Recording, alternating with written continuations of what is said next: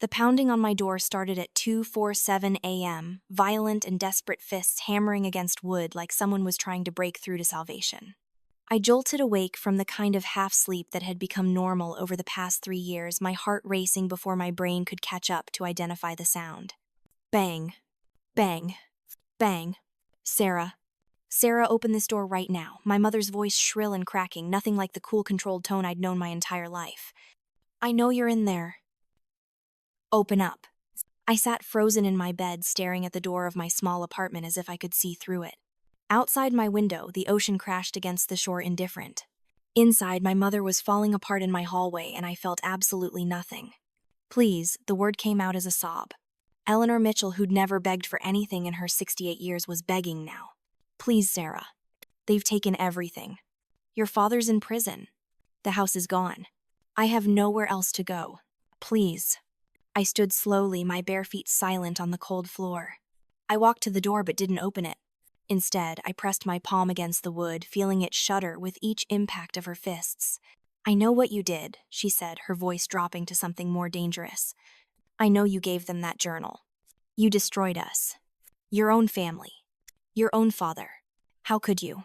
How could you be so cruel? Through the peephole, I could see her. My mother, who'd always been impeccably dressed, was wearing sweatpants and a stained shirt. Her hair, usually styled to perfection, hung limp and unwashed around her face. Her eyes were wild mascara streaked down her cheeks in black rivers. She looked like she'd aged 20 years in the 3 years since I'd last seen her. She looked exactly how I'd felt the night Jacob died. Open the door, Sarah. We need to talk about this. You have to help me fix this. You have to tell them it was a mistake, that the evidence was fabricated, that you were confused. Please. Her voice broke completely. I'm your mother. Doesn't that mean anything to you? My hand moved to the doorknob.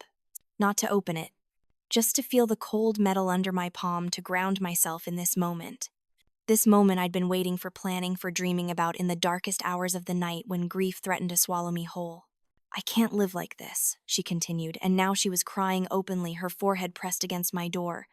I have nothing. No money. No home. No friends. Everyone knows what Richard did. They're all looking at me like I'm a criminal too. I'm living in a motel, Sarah. A motel. With stained carpets and cockroaches. Is this what you wanted? To see me destroyed? Yes, I thought. The word formed in my mind with crystalline clarity. Yes, this is exactly what I wanted. But I didn't say it. I just stood there, my palm against the door, separated from my mother by 2 inches of wood and 3 years of accumulated rage and grief that had frozen solid in my chest. I'm sorry, she whispered so quiet I almost didn't hear it. I'm sorry I wasn't there for you. I'm sorry about Jacob. I'm sorry for everything. Please, Sarah. Please help me. I'm begging you. 3 years ago, those words would have meant everything. 3 years ago, I would have given anything to hear my mother apologize, to acknowledge what she'd done, to show even a flicker of remorse.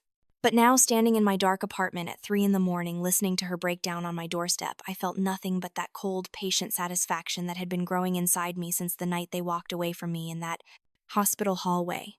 I stepped back from the door silently, walked back to my bedroom, climbed into bed, and as my mother's sobs echoed through the thin walls of my apartment building as she finally slid down to sit on the floor outside my door, I closed my eyes. For the first time in 3 years, I slept dreamlessly until dawn.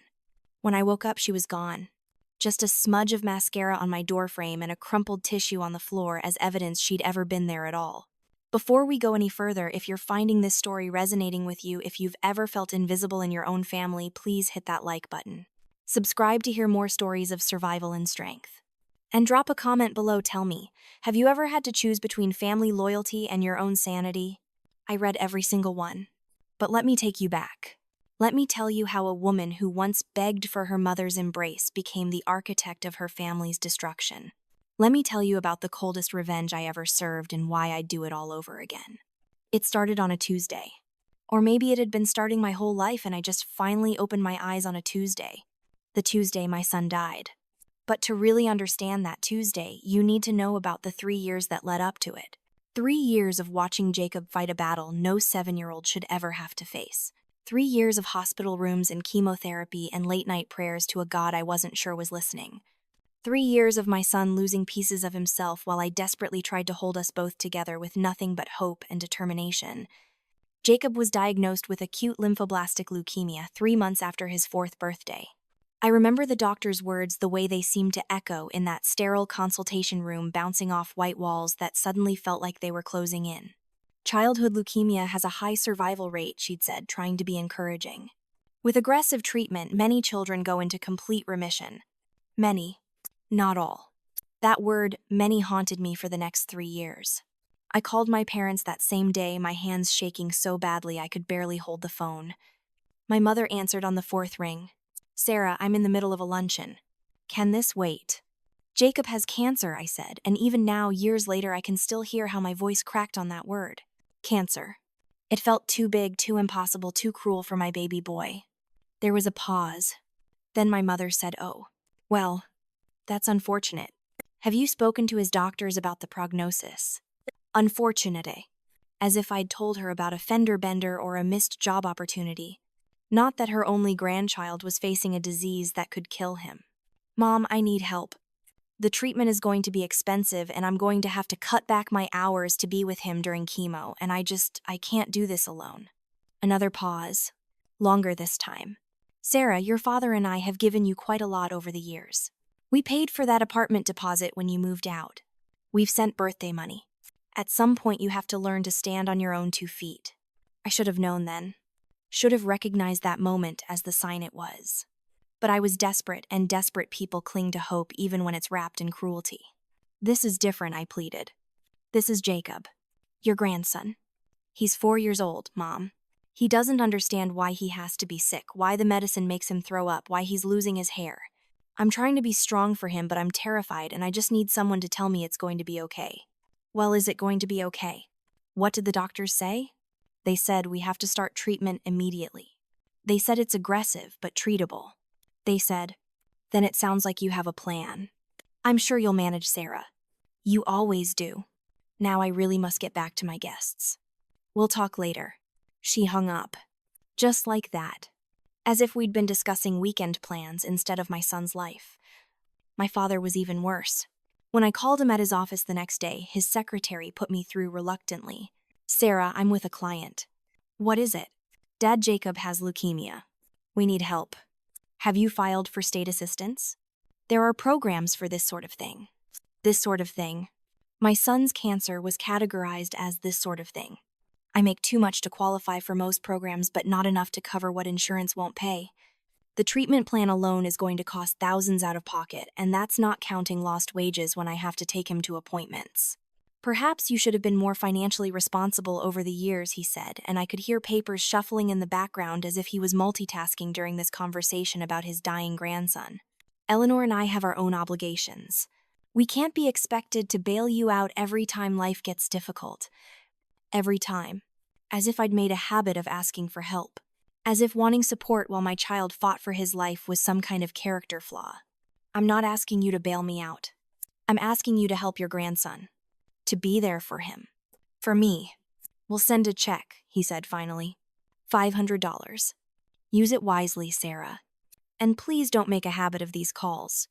They're disruptive to my work day. $500. For 3 years of cancer treatment. For a lifetime of missed opportunities to be a real grandfather to a little boy who once drew him a Father's Day card that said "Best Grampy" with backward letters and stick figures holding hands. The check arrived a week later with no note. No card for Jacob. Just a check made out to me with my father's efficient signature scrawled across the bottom.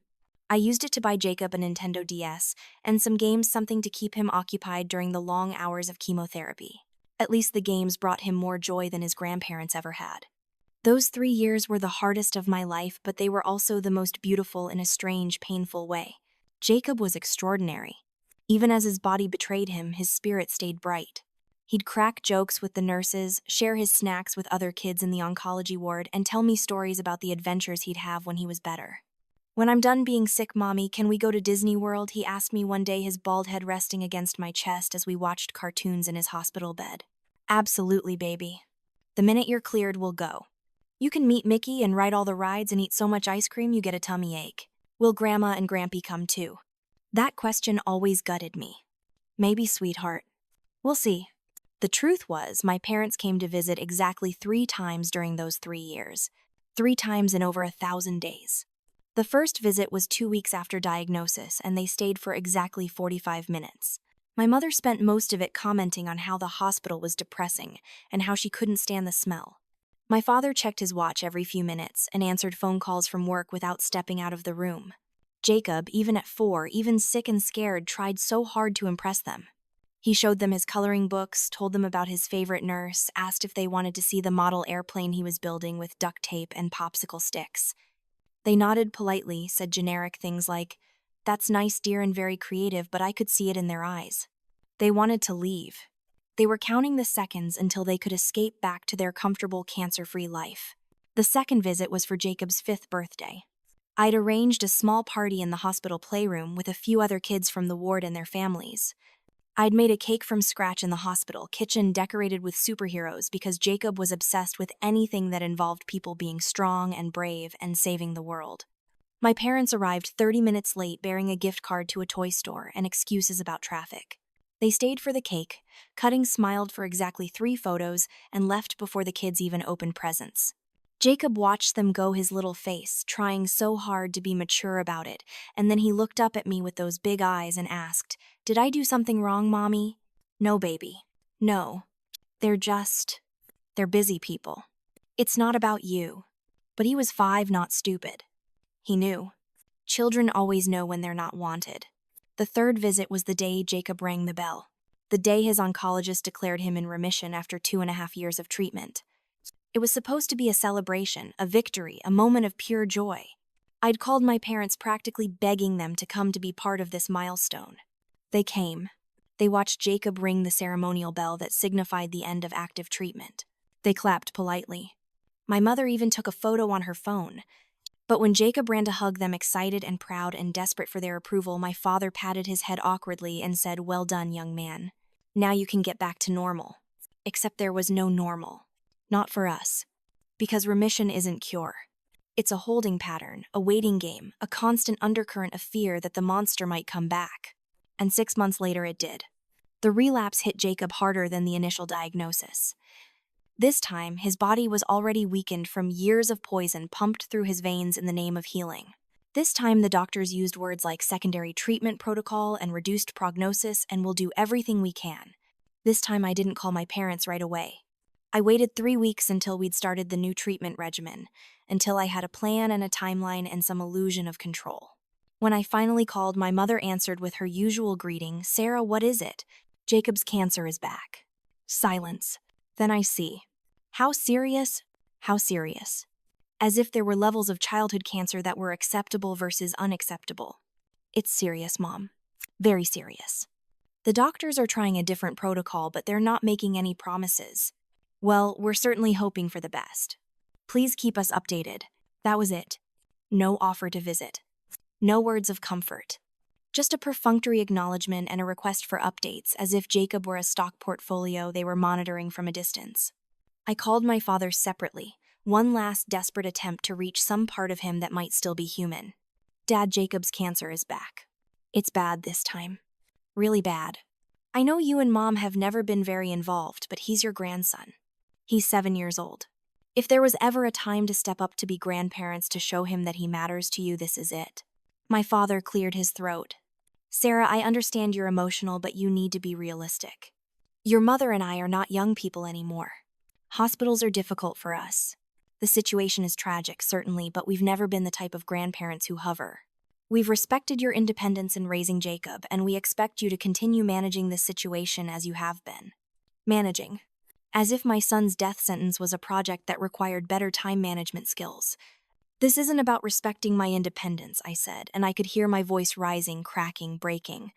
"This is about showing up for a child who's dying, who wants nothing more than to feel like his grandparents give a damn about him." Is that really too much to ask? Don't be dramatic. Doctors are often wrong. Jacob could surprise everyone. And if he doesn't? If this is it, Dad, are you really going to let him die without ever having felt loved by you? Another throat clear. "We'll visit when we can. Now I need to go. We have theater tickets tonight, and your mother will be upset if I'm late." Theater tickets. My son was dying, and my father had theater tickets. Over the next 3 months, Jacob deteriorated rapidly. The new treatment wasn't working. Every blood test brought worse news. Every scan showed more cancer cells multiplying, spreading, conquering his small body with ruthless efficiency. The nurses started looking at me with pity instead of encouragement. The oncologist started having conversations with me about quality of life and making him comfortable. I called my parents every week, giving them updates they didn't ask for. Jacob's platelet count is dangerously low. He had to have a transfusion today. The pain management isn't working as well anymore. Each time they responded with hollow sympathies and no action. Then came the night when the doctor pulled me aside and said the words I'd been dreading: "I think we need to talk about moving Jacob to palliative care. We've done everything we can, and continuing treatment at this point would only cause him more suffering." "I'm so sorry, Sarah. It's time to say goodbye." I called my parents from the hospital bathroom, sobbing so hard I could barely speak. "He's dying. The doctors said there's nothing more they can do. I need you. Please. I can't do this alone. I can't watch my baby D alone." My mother's response was measured, controlled, infuriatingly calm. "Sarah, you need to compose yourself. Hysterics won't help anyone. We'll come by the hospital tomorrow." "Tomorrow?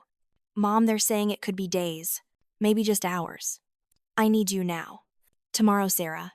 We can't just drop everything at a moment's notice. We have commitments." I wanted to scream. I wanted to reach through the phone and shake her until she understood what she was saying.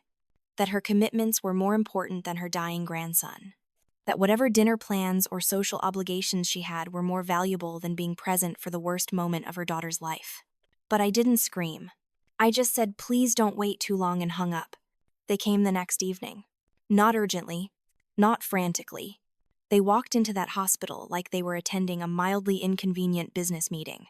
Jacob was barely conscious by then, the pain medication keeping him in a twilight state where he'd surface occasionally, recognize me, squeeze my hand, and then drift away again. I'd been sitting in a chair next to his bed for 20 hours straight, holding his hand, singing the lullabies he'd loved as a baby, telling him stories about all the things we'd done together. The nurses brought me coffee and sandwiches I couldn't eat.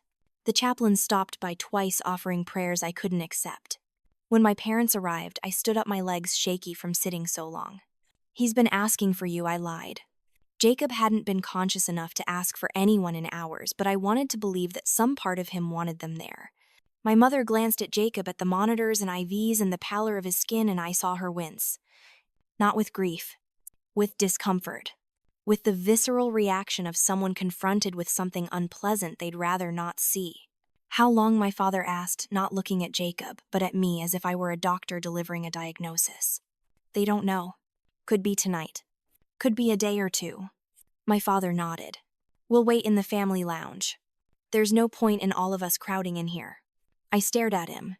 "The family lounge? He's your grandson. Don't you want to be with him?" "We're here, aren't we?" my mother said, and there was an edge to her voice now, defensiveness, masquerading as practicality. "We came, Sarah. But sitting in this room staring at him won't change anything. We'll be down the hall if you need us." And then they left. They actually left. Walked out of that room and down the corridor to the family lounge, where they sat in comfortable chairs and read magazines and checked their phones while their grandson died 50 feet away. I stayed with Jacob. For another 6 hours, I stayed holding his small hand, whispering that I loved him, that he was the best thing that ever happened to me, that it was okay to let go if he was tired of fighting. The nurse, Patricia, stayed with me too. She didn't have to. Her shift ended at 7, but she clocked out and came back to sit with me, this angel of a woman who showed more compassion for my dying son than his own grandparents did. Jacob died at 1:34 p.m. His breathing, which had been labored and rattling for hours, simply stopped. The monitor flatlined, that horrible continuous beep that sounds like the universe screaming, and Patricia silenced it quickly, mercifully. She checked his pulse, even though we both knew, and then she looked at me with tears in her eyes and said, "I'm so sorry, honey. He's gone." I couldn't move. I sat there holding his hand, his small, perfect hand that had held crayons and toy cars in my fingers when he was scared, and I felt something inside me break that I knew would never heal. Not really. Some things don't heal. They just scar over and you learn to live with the pain. Patricia helped me stand, eventually guided me out into the hallway because I couldn't bear to leave but also couldn't bear to stay. And that's where I was collapsed against the wall when I looked up and saw them. My parents, sitting in those chairs at the end of the corridor where they'd been for the past 6 hours. My mother was scrolling through her phone. My father was reading the newspaper, the sports section spread across his lap. They looked relaxed, comfortable, completely unaffected by the tragedy unfolding in the room they'd abandoned. I don't remember walking toward them. I don't remember forming the words. But suddenly I was standing in front of them, and I heard my voice distant and hollow say, "He's gone." My mother looked up from her phone. "Oh, that's too bad." She glanced at my father. "Well, I suppose we should head home. It's quite late." "That's too bad." 3 words. 3 words for the death of a 7-year-old child. 3 words that held less emotion than most people express when their coffee order is wrong. I must have been staring at her mouth open in disbelief because she sighed. "Sarah, these things happen. Children get sick. Some of them don't make it. It's tragic, certainly, but dwelling on it won't change anything. You need to think practically now. There are arrangements to be made." "Arrangements," I repeated numbly. The funeral, my father clarified, folding his newspaper with crisp efficiency. The burial. Settling his affairs such as they are. "Your mother and I have the Hendersons' brunch tomorrow, and then we're hosting a cocktail party on Sunday, but we can meet with you next week to discuss the details if you need help with planning." Next week. My son was still warm in that room, and they were talking about next week. Something must have shown on my face because my mother's expression shifted slightly, a flicker of irritation crossing her features. "Don't look at us like that, Sarah. We came, didn't we? We've been here for hours. What more do you want from us?" "I want you to care," I whispered, and my voice sounded like it was coming from somewhere far away. "I want you to feel something. Anything. He was your grandson. My son. And he's dead. And you're talking about brunch." My father stood straightening his jacket. "We understand you're upset. That's natural. But life goes on, Sarah. Surely you can see that. Jacob wouldn't want you to fall apart." "You don't know what Jacob would want," I said, and I could feel something cold settling into my chest, pushing out the grief, filling the empty spaces with something harder, darker. "You never knew him. You never tried to know him." "That's unfair," my mother said, gathering her purse. "We visited. We sent birthday cards. 3 times in 3 years. 3 times. And not once did you hold him when he cried. Not once did you sit through a chemotherapy session. Not once did you tell him you loved him. We're not demonstrative people, Sarah. You know that. But we do what we can in our own way." "Your own way," I repeated. And then something snapped. Maybe it was grief. Maybe it was exhaustion. Maybe it was 32 years of accumulated neglect finally reaching a breaking point. "Your own way is to sit in a lounge reading the goddamn sports section while your grandson dies. Your own way is to schedule brunch and cocktail parties around his funeral. Your own way is to act like his death is a minor inconvenience in your otherwise perfect lives." "That's enough," my father said sharply. "You're being hysterical. We understand you're grieving, but that doesn't give you the right to attack us. We've done nothing wrong. We came when you called. We've been here for hours. If that's not enough for you, then perhaps the problem is with your expectations, not our actions." I looked at him, really looked at him, and I saw a stranger. A man whose DNA I carried, but whose humanity I couldn't locate. "Get out," I said quietly. "What?" "Get out. Leave. Go to your brunch. Go to your cocktail party. Go back to your perfect life where sick children are just unfortunate statistics and grief is something that happens to other people. Just get out." My mother clutched her pearls, actually clutched them like a Victorian character in a melodrama. "Well, I never. Richard, we should go. She's clearly not in her right mind." They left. They walked away without a backward glance, their footsteps echoing down that fluorescent corridor, and I stood there watching them disappear into the elevator. Patricia came to find me a few minutes later, wrapped a blanket around my shoulders, guided me to a private room where I could fall apart without an audience. But I didn't fall apart. That would come later. In that moment, I felt nothing. A vast, encompassing nothing that swallowed everything else. Grief. Anger. Love.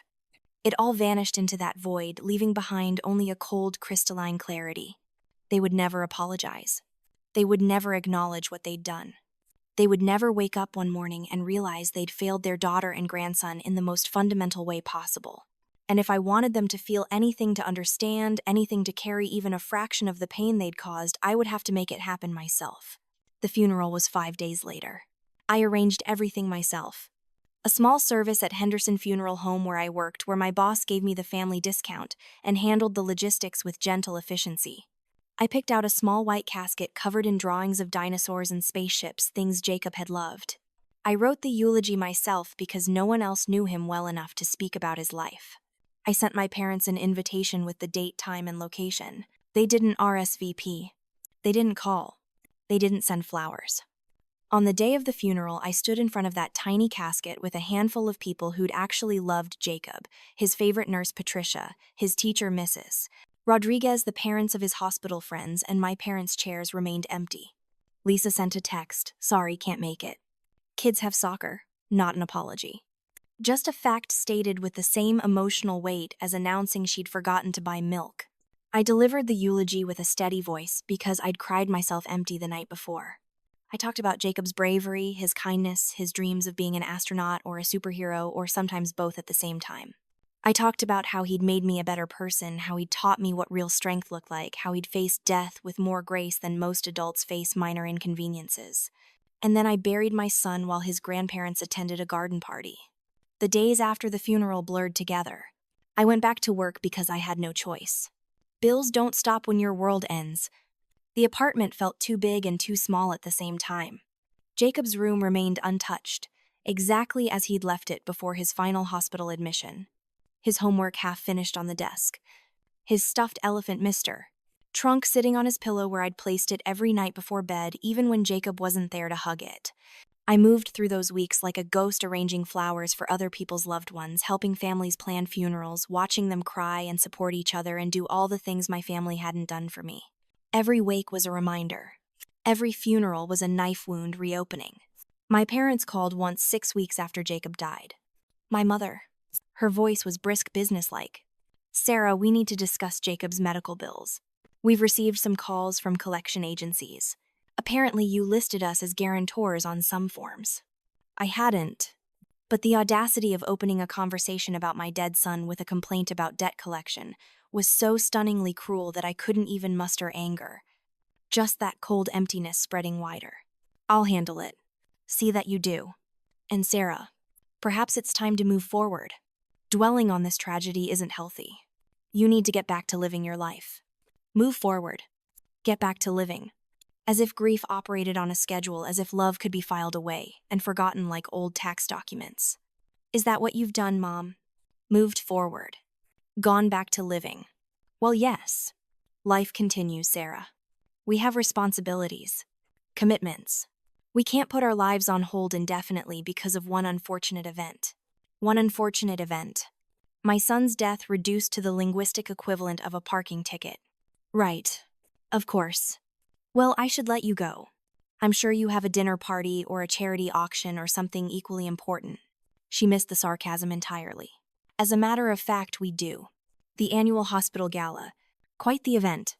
Your father is receiving a community service award. How wonderful for him." "Yes, well, do take care of those bills, Sarah. We can't have our credit affected by your oversights." She hung up and I sat there in Jacob's room holding Mr. Trunk, and something inside me made a decision without consulting my conscious mind. They wanted to forget Jacob. Wanted to pretend he'd never existed, that his death was just an inconvenient blip in their otherwise pristine lives. But I would make sure they never forgot. I would make sure they carried the weight I'd been carrying alone. I would make sure they understood, truly understood what they'd done. I started small. Research. I'd always been methodical, detail-oriented. It's what made me good at funeral planning. You can't afford to miss details when you're honoring someone's last goodbye. So I applied those same skills to understanding my parents' lives in a way I never had before. I drove past their house at different times of day, noting patterns. My father left for work at 7:30 every morning, returned at 6:00 every evening. My mother had her garden club on Thursdays, book club on Tuesdays, volunteer work at the hospital. The irony wasn't lost on me on Wednesday afternoons. They were creatures of habit, predictable, their lives running on rails of routine and respectability. I started visiting the library, reading books about financial crimes. Not because I planned to commit any initially, but because I wanted to understand their world. My father was a financial consultant, whatever that meant. He managed money for wealthy clients, helped them with investments and retirement planning and estate management. It seemed legitimate, boring even, but I kept digging, kept reading, kept learning.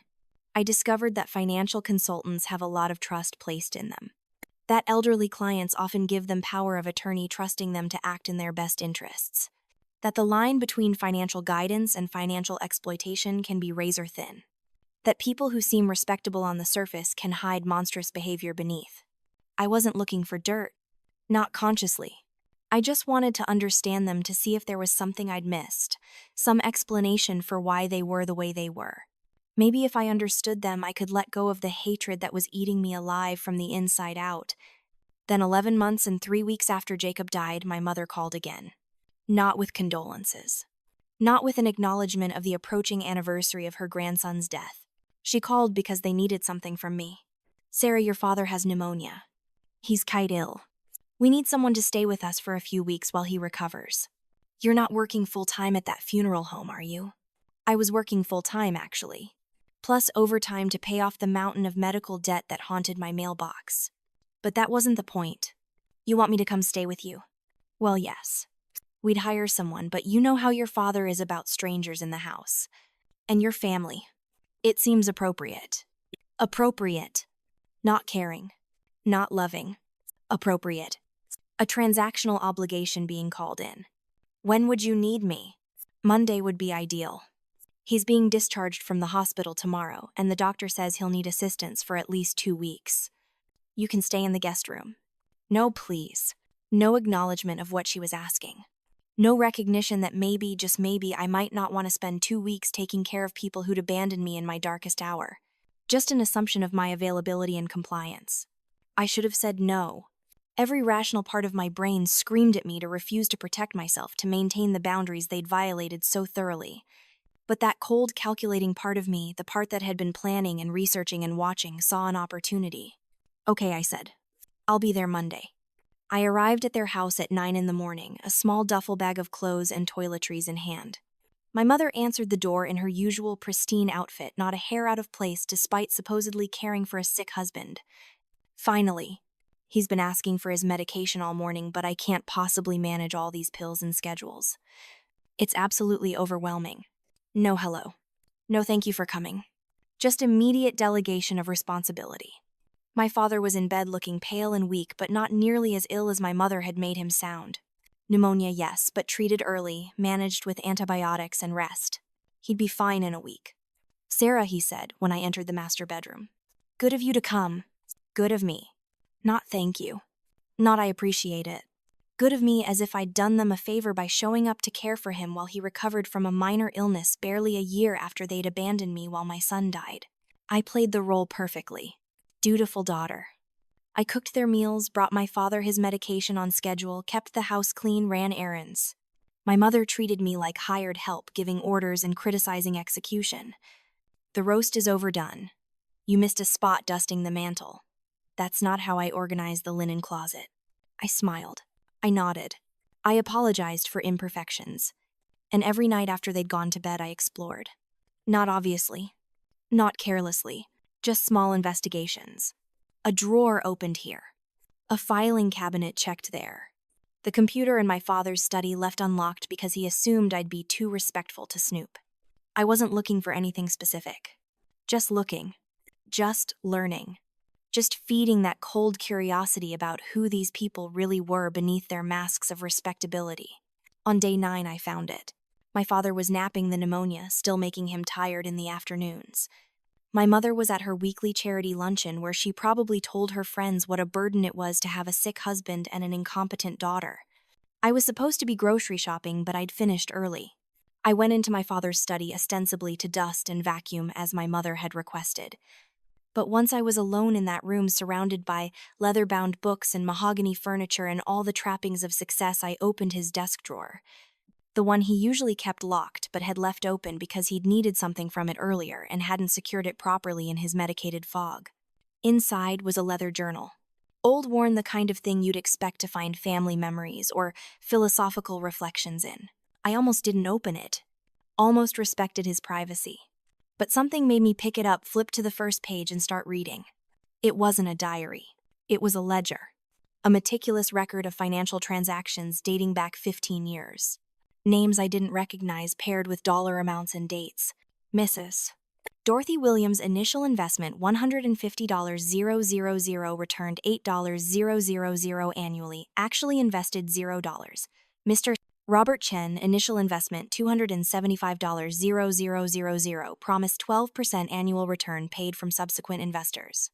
Elizabeth Hawthorne, $500,000 retirement savings told invested in municipal bonds actually used to cover previous shortfalls. Page after page of fraud. A Ponzi scheme running for over a decade. My father, the respected financial consultant, the pillar of the community, was nothing more than a sophisticated thief stealing from people who trusted him. Elderly people.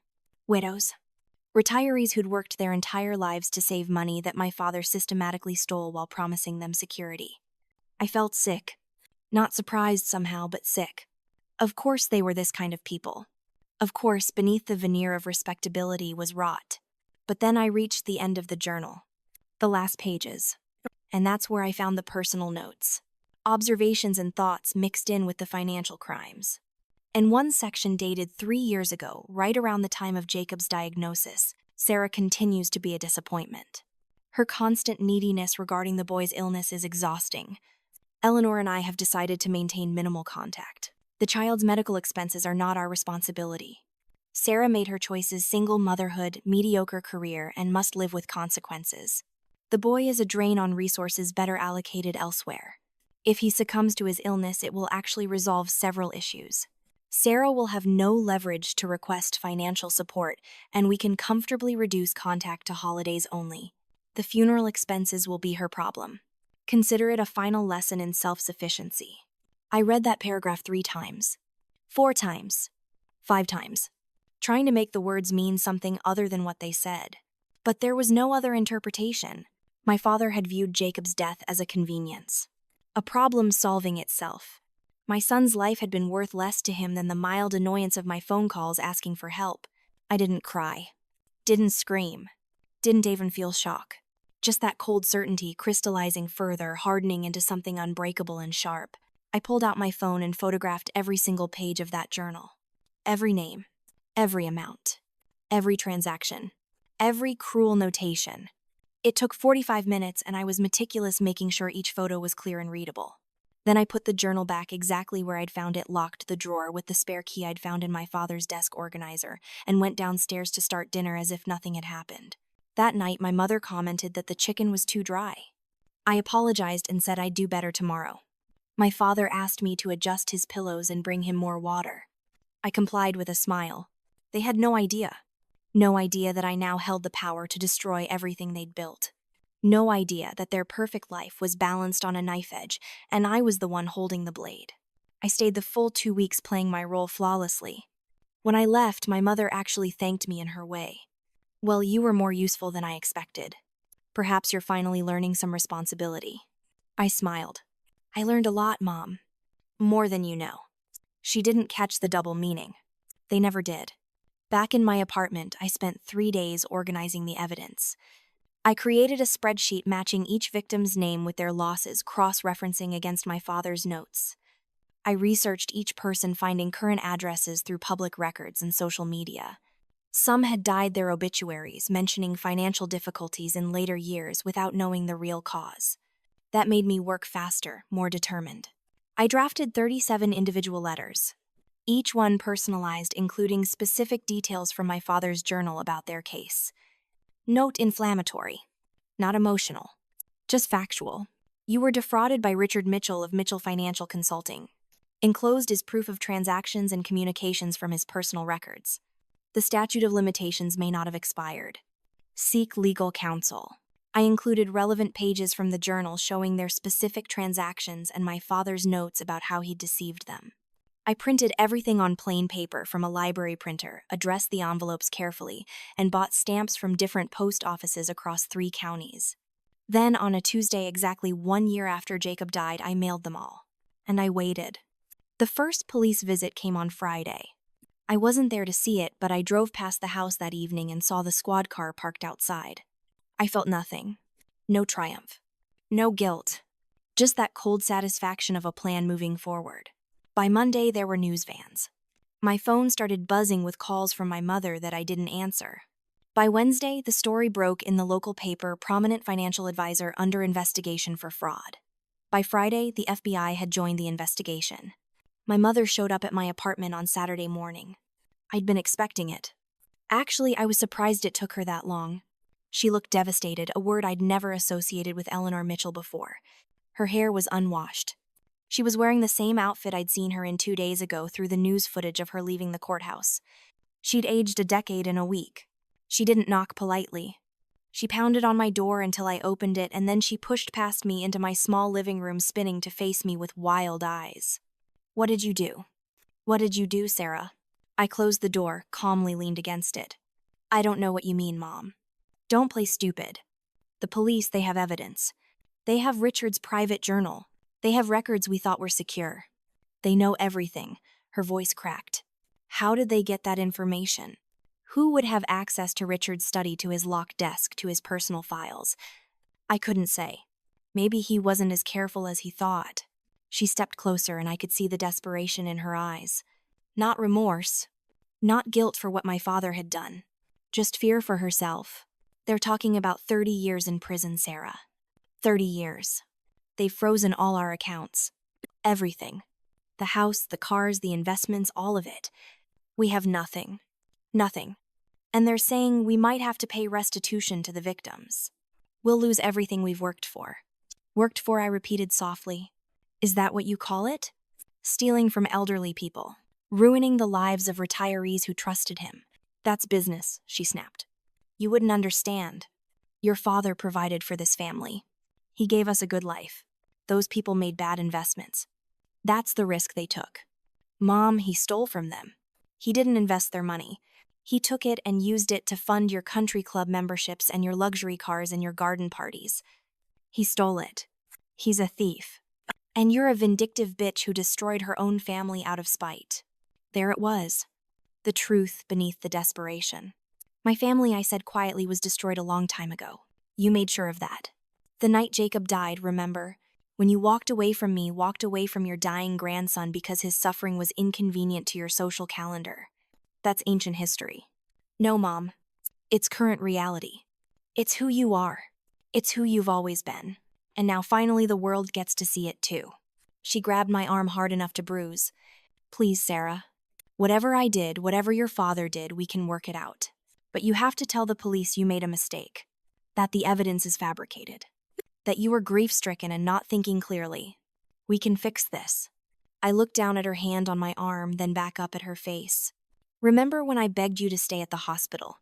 When I grabbed your arm just like this and begged you not to leave me alone while my son was dying? Do you remember what you did?" Her grip loosened. "You yanked your arm away like I'd contaminated you with some disease. And then you told me I was used to being alone. So here's what I'm going to do, Mom. I'm going to yank my arm away." I pulled free from her grasp.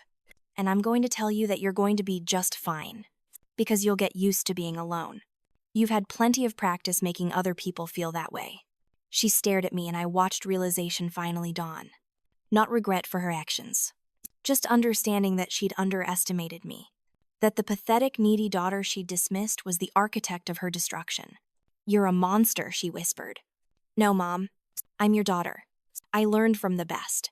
She left then, and I watched her walk to her car from my window. She sat behind the wheel for a long time before starting the engine, her shoulders shaking. I wondered if she was crying. I wondered if she was capable of actual tears, or if this was just the physical manifestation of fear and self-pity. I didn't feel guilty. I waited for guilt, expected it to come crashing in once the adrenaline faded. But it never came. Just a quiet, cold satisfaction that justice in its own twisted way was finally being served. Detective James Reynolds came to see me 3 days later. He was a weathered man in his 50s, the kind who looked like he'd seen everything and wasn't easily shocked. He sat in my living room, declining the coffee I offered, and studied me with tired, intelligent eyes. "You know why I'm here," he said eventually. "My father's case. The evidence that miraculously appeared. 37 separate victims, all receiving detailed proof of fraud at the exact same time. Someone went to extraordinary lengths to ensure justice was served." He paused. "Someone with intimate access to very private information. I'm glad someone did. Those people deserve to know the truth." Richard Mitchell's defense attorney is claiming the journal was fabricated. Planted. Then forensic analysis will prove otherwise, I said calmly. The paper is from a specific manufacturer that stopped production in 2008. The ink will show fading consistent with age. The handwriting matches known samples of my father's script. Any competent expert will confirm the journal's authenticity. Detective Reynolds nodded slowly. You've clearly thought about this. I work with details for a living detective. Funeral planning requires attention to documentation. Right. He leaned back in his chair. I've been investigating fraud for 26 years, Miss Mitchell. I've seen revenge before. Usually it's messy, emotional, leaves a trail of evidence a rookie could follow. But this, he gestured vaguely. This was surgical. Precise. The work of someone who understood exactly what they were doing and accepted all potential consequences. I wouldn't know anything about that. No, I suppose you wouldn't. He stood to leave, then paused at the door. I read about your son in the background file. Jacob, 7 years old. Leukemia. I'm truly sorry for your loss, Miss Mitchell. That's a hell of a thing to go through. My throat tightened, unexpected emotion catching me off guard. Thank you. For what it's worth, he continued, his voice lower, more personal, I've spoken with most of the victims. Dorothy Williams lost her retirement savings and had to move in with her daughter. Robert Chen died of a stress-induced heart attack when he realized his money was gone. Elizabeth Hawthorne's husband couldn't afford his cancer treatment because Richard Mitchell stole their medical fund. He looked at me meaningfully. So while I'm duty-bound to investigate how this evidence came to light, I want you to know that sometimes the law is too slow. Sometimes people have to make their own justice. And sometimes that's not such a bad thing. After he left, I sat in the silence of my apartment for a long time. Jacob's room was still untouched, a shrine I couldn't bring myself to dismantle. I went in there now, sat on his bed, held Mr. Trunk. I made them remember you, I whispered to the empty air. They'll never forget now. Every day Dad spends in prison, every night Mom spends alone without her perfect life, they'll know. They'll know what they did to us. What they took from us. I waited to feel triumphant. I waited to feel vindicated. Instead, I just felt tired. The trial took 3 weeks. I didn't attend, but I followed every detail in the media. The prosecution built their case methodically. Victim after victim testified, describing how Richard Mitchell had earned their trust, looked them in the eyes while lying, destroyed their financial futures with a smile and a handshake. The defense argued that Richard was being scapegoated, that the evidence was suspect, that my father was actually a victim of a sophisticated frame job. The jury didn't buy it. Guilty on all 37 counts of fraud. 30 years in federal prison without possibility of parole. Restitution ordered for all victims to be paid from the liquidation of all Mitchell family assets. My mother had to sell everything. The house went first, bought by a young family with kids who didn't know its history. The cars, the furniture, the jewelry, all of it auctioned off to pay lawyers and start the restitution process. Eleanor Mitchell, former queen of Westfield society, moved into a 1-bedroom apartment in the least desirable part of town. Her friends stopped calling. Her committees found new chairs. She became a cautionary tale, a name whispered at garden parties and book clubs, as an example of how far the mighty could fall. Lisa called me once during all of this. Did you do it? She asked without preamble. Everyone saying someone in the family must have given the police that evidence. Was it you? Does it matter? Sarah, he's our father. Mom's destitute. We're humiliated. The whole town is talking about us. And you're asking if it matters. Dad stole from people who trusted him. He ruined lives. He called Jacob a financial drain in his personal notes and said his death would be convenient. So yeah, I'm asking if it matters. Silence. Then quietly he wrote that about Jacob. Page 47 of his journal. It's in the court records now. Public document. You can read it yourself if you want. More silence. I didn't know, Sarah, about any of it. About what they said at the hospital, about what Dad was doing, about the journal. I just thought. You thought I was being dramatic, oversensitive, too emocional. Just like they always said. I'm sorry. Her voice cracked. I'm so sorry. For not believing you, for not being there when Jacob died. For everything. Sorry doesn't change anything, Lisa. I know, but I'm saying it anyway. And Sarah, what Dad did, the way they treated you, the way they treated Jacob. You had every right to turn them in. I would have done the same thing. We hung up after that, but something had shifted. Not forgiveness exactly, but maybe the first crack in the ice between us. Maybe. 6 months after the sentencing, I did something I'd been putting off. I went to see my mother. Her apartment was a stark contrast to the house I'd grown up in. Small, dark, cramped. The furniture was secondhand mismatched. The walls were bare. It looked like what it was, the last refuge of someone who'd lost everything and had nowhere else to go. She answered the door in a bathrobe at 2 in the afternoon. No makeup, hair unwashed. She looked 20 years older than the last time I'd seen her, hollowed out and broken.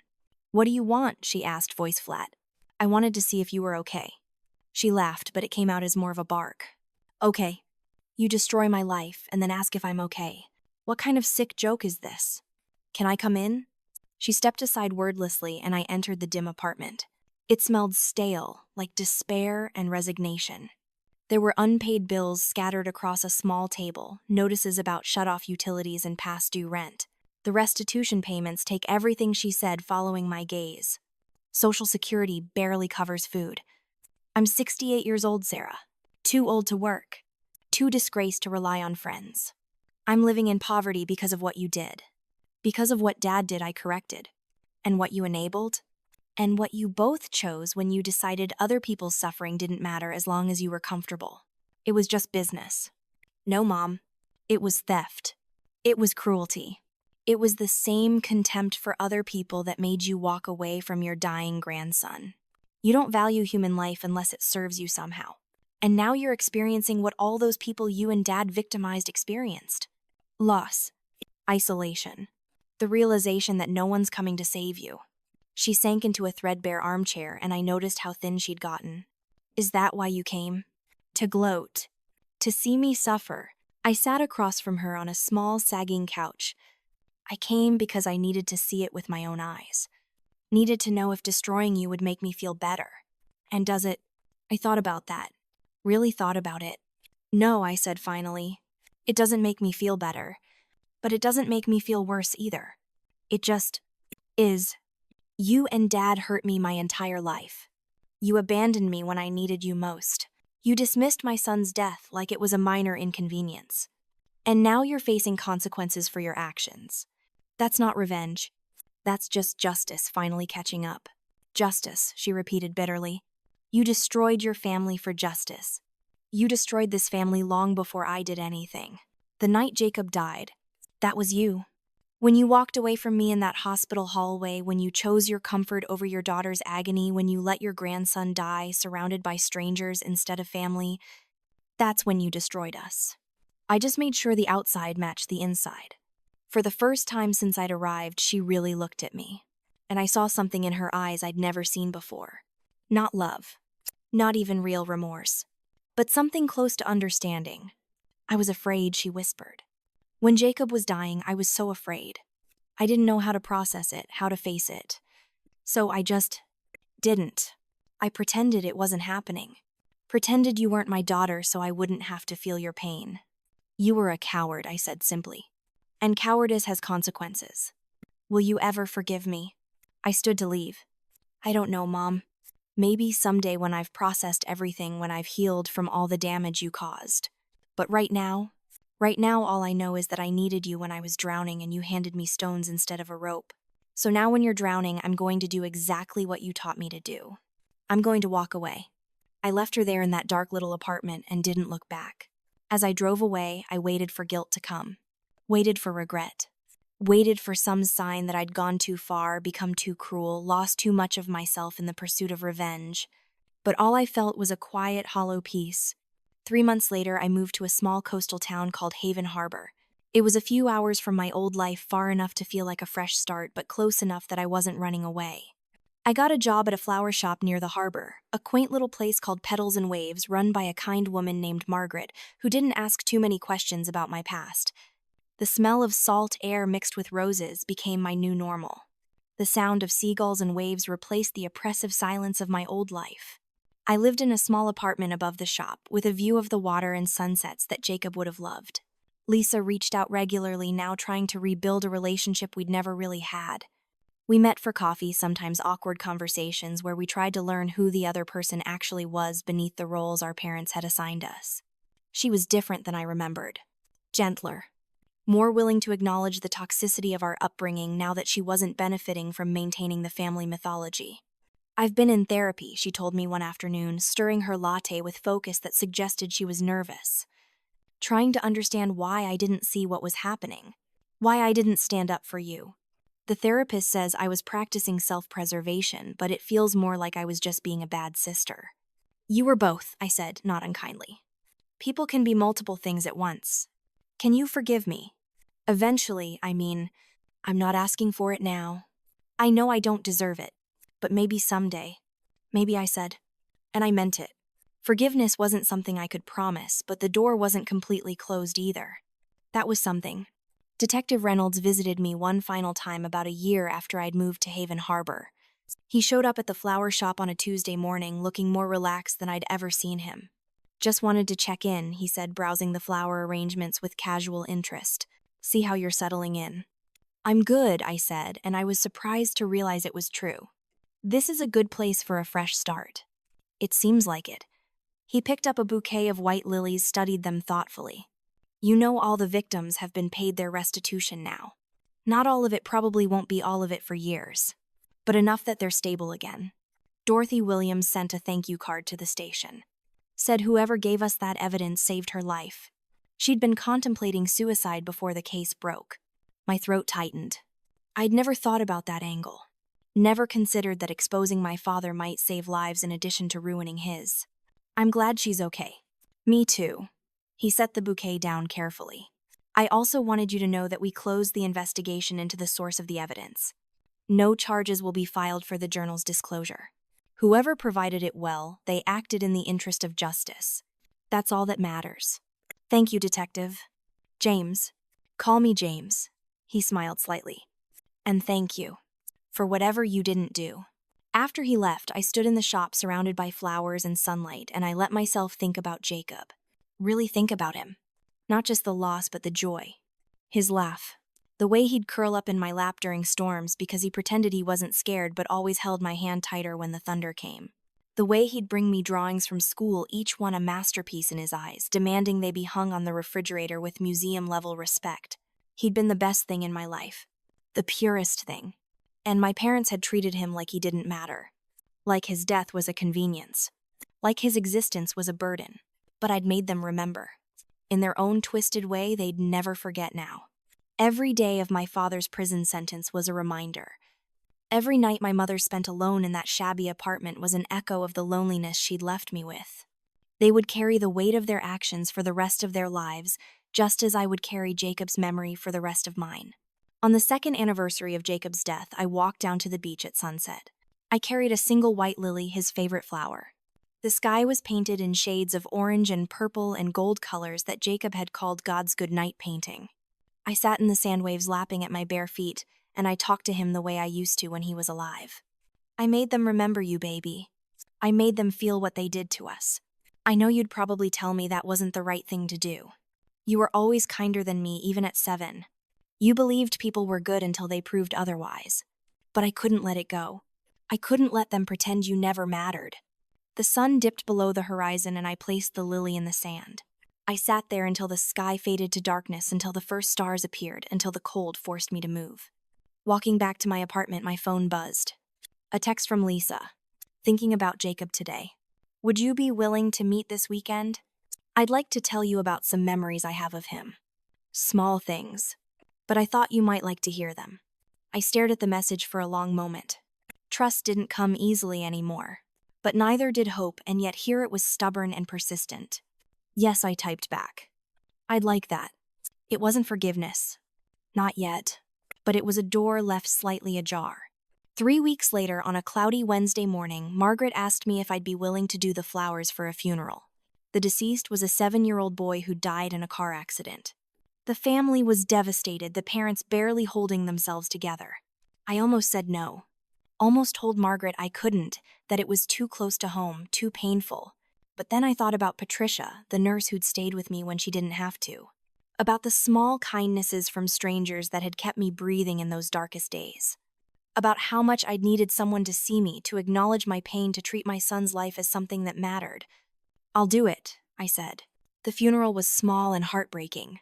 I arranged white roses and lilies, the parents requested flowers.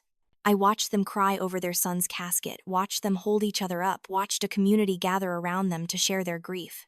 It was everything my son's funeral hadn't been. After the service, the mother approached me. Her eyes were red and swollen, her face ravaged by grief. I knew all too intimately. "The flowers were beautiful," she said, her voice barely above a whisper. "Thank you." "I'm so sorry for your loss," I said, and I meant it with every fiber of my being.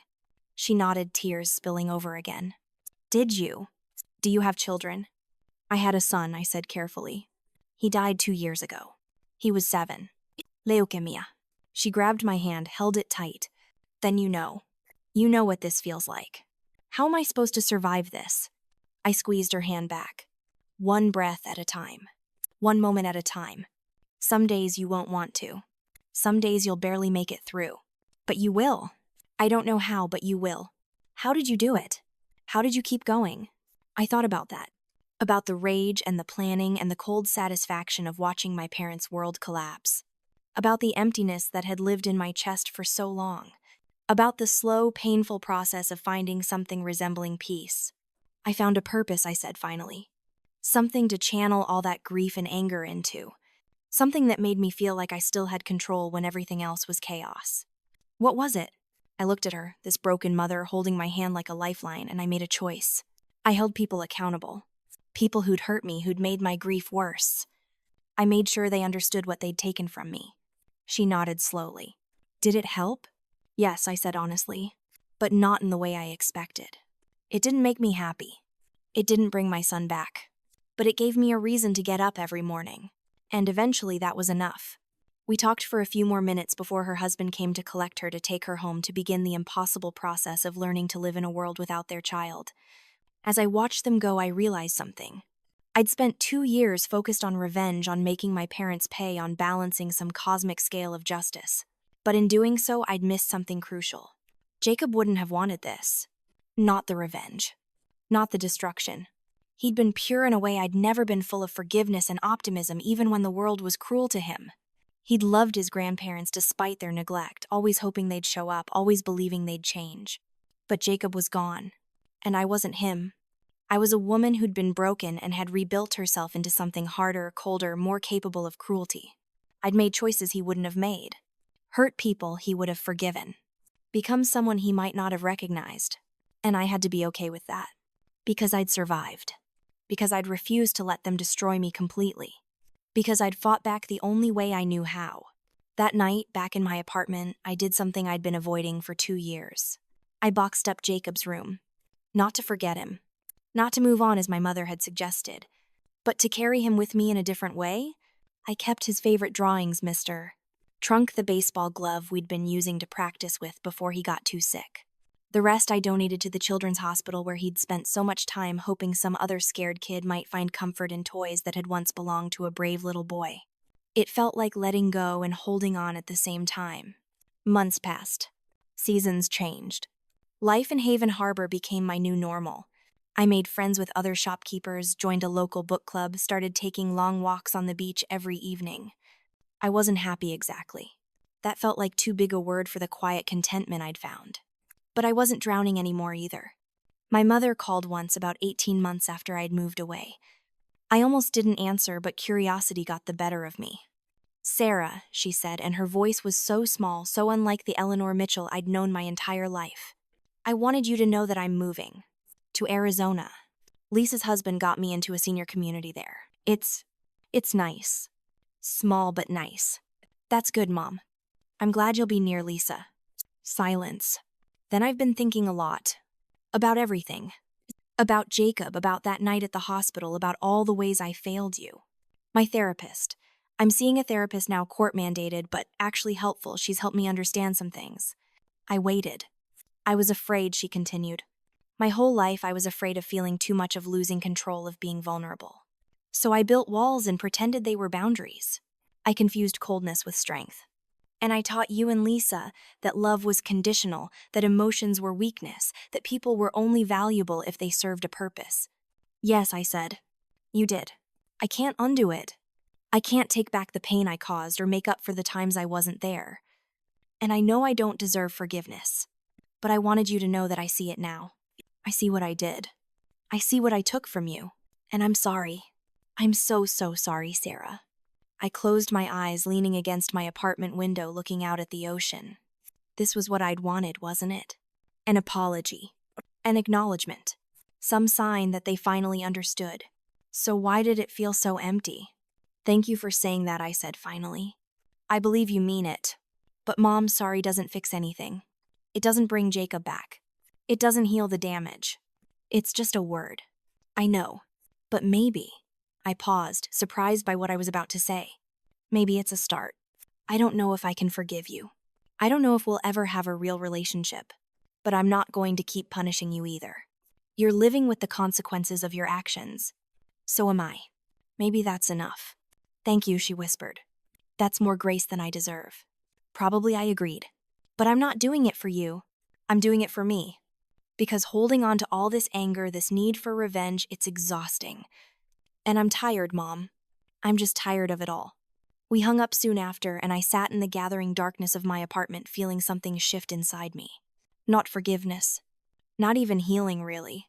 But maybe the beginning of letting go. Not of Jacob's memory, but of the rage that had been eating me alive since he died. Detective James Reynolds became an unlikely friend. He stopped by every few months, always buying flowers for his wife, always chatting about nothing important. But once over coffee at the cafe next door to my shop, he said something that stuck with me. You know, in my line of work, I see a lot of people who've been wronged. And they all respond differently. Some fall apart. Some become bitter. Some seek revenge. And a rare few find a way to transform their pain into something meaningful. He looked at me over his coffee cup. You did all of those things. Fell apart, got bitter, sought revenge. But you also transformed. You're here now helping other people through grief, living a life that honors your son's memory. That takes a special kind of strength. Or a special kind of damage, I said wryly. Maybe both. But you're still standing, Sarah. That counts for something. So here's what I learned, and here's what I want you to understand if you're in that dark place where I once lived. Sometimes the people who hurt you most will never acknowledge it. Sometimes they'll die believing they were the victims. Sometimes justice is something you have to create for yourself because the world won't do it for you. And that's okay. You're allowed to walk away. You're allowed to protect yourself. You're allowed to stop setting yourself on fire to keep people warm who wouldn't offer you a blanket if you were freezing. You're allowed to choose peace over reconciliation. You're allowed to build a life where you're not invisible. You're allowed to survive even if it means becoming someone you never thought you'd be. But here's the harder truth. Revenge is cold comfort. It doesn't heal you. It doesn't bring back what you lost. It gives you control, yes. It gives you power, definitely. But it doesn't give you peace. Not real peace. That has to come from somewhere else. From learning to live with the scars. From finding meaning in the pain. From choosing every single day to be more than the worst thing that ever happened to you. I destroyed my parents' lives. I won't apologize for it because they earned every consequence. But I also won't pretend it made me whole again. Justice and healing aren't the same thing. Revenge and recovery are different paths. And sometimes the hardest thing isn't making people pay for what they did. It's learning to live with what they took from you and finding a way forward anyway. So tell me, have you ever had to become the villain in someone else's story just to be the hero in your own? Have you ever had to choose yourself when everyone around you demanded you choose them instead? Drop a comment below, share your story. You might be surprised how many of us are out here quietly building new lives from the ashes of old expectations. And if this story meant something to you, if it made you feel less alone in your own battles, hit that like button. Subscribe for more stories of survival and strength, because we all need to know we're not the only ones fighting to be seen. Remember, family isn't always blood. Sometimes it's the life you build for yourself, one brave decision at a time. And sometimes the coldest revenge is simply living well without the people who tried to make you small. I'm Sarah, and this is my story. What's yours?